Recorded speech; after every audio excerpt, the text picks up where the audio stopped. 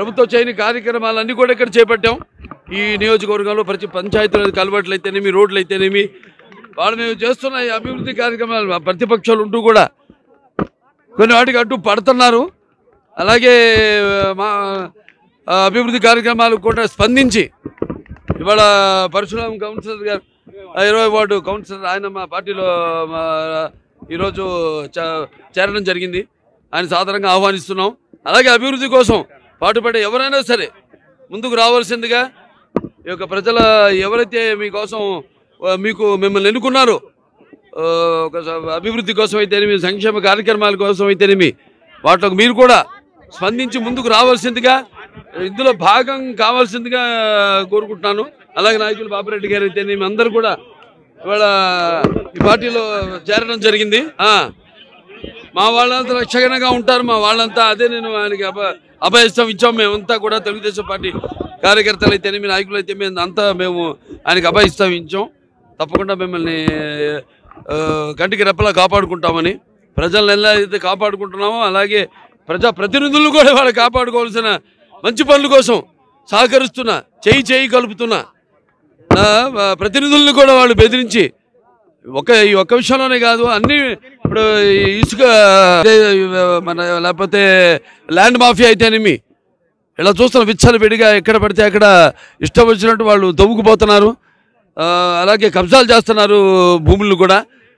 వీటిలన్నిటికీ మా వాళ్ళు అడ్డు పడుతున్నారు. సో తప్పకుండా ఇటువంటి వాటికి అన్నిటికీ ఎప్పుడు మేము అడ్డు పడతాం. వాళ్ళకి మరి అధికారం వచ్చాక వాళ్ళపై తప్పకుండా వచ్చే తెలుగుదేశం పార్టీ అధికారంలోకి వచ్చిన తర్వాత తప్పకుండా వాళ్ళందరిపై చర్యలు తీసుకుంటామని తెలియజేసుకుంటున్నాను. నా ఒక్కడి ఇష్టం కాదు అది. అక్కడ సామాన్య కార్యకర్త నుంచి వార్డు నాయకులు అయితేనేమి అందరి యొక్క వాళ్ళ అభిష్టం మేరకే అందరిని చేర్చుకోవడం జరుగుతుంది పార్టీలో. వాళ్ళు కూడా పదవులు అవి ఆశించి రావట్లేదు. మేము చేస్తున్న సేవా కార్యక్రమాలని చూసి వాళ్ళు స్పందించి వాళ్ళ ప్రజలకి సమాధానం చెప్పుకోలేక ఎన్నుకున్న వాటి ప్రజలకి వాళ్ళకి లేకపోతే సర్పంచులు కానివ్వండి, వాళ్ళ పంచాయతీ ప్రజలకి సమాధానం చెప్పుకోలేని పరిస్థితుల్లో ఉన్నారు. ఇవాళ చూస్తున్నాం. మొన్న నేను అసెంబ్లీకి వెళ్ళాను. సర్పంచులంతా కూడా వచ్చి చలో ముట్టడిద్దామని వచ్చారు. వాళ్ళ మీద ఎంతో అమానుషంగా ప్రవర్తించి వాళ్ళందరినీ వాళ్ళ నిధులన్నింటి కూడా డైవర్ట్ చేసి వాళ్ళకి ఒక తట్టెడు మట్టి కూడా ఒక గోతిని పూడ్చే పాపానికి పోలేదు వాళ్ళు. అటువంటిది మేము చేస్తున్న వాటికేమో అడ్డుపడడం, మీరెవరు చేయడానికి అంటాం.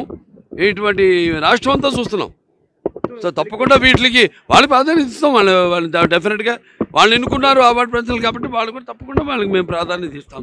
కలబట్టి వేసాం. మిగిలిన నిధులతో రోడ్డు వేస్తే అక్కడ వెళ్ళి వాళ్ళు బెదిరించి మేము గెలిచాం. అక్కడ సర్పంచ్ అక్కడ వాళ్ళేమో అక్కడ ఇన్ఛార్జు వచ్చి బెదిరించి, కాంట్రాక్టర్ బెదిరించి ఆ రోడ్డుని తవ్వేయడం జరిగింది.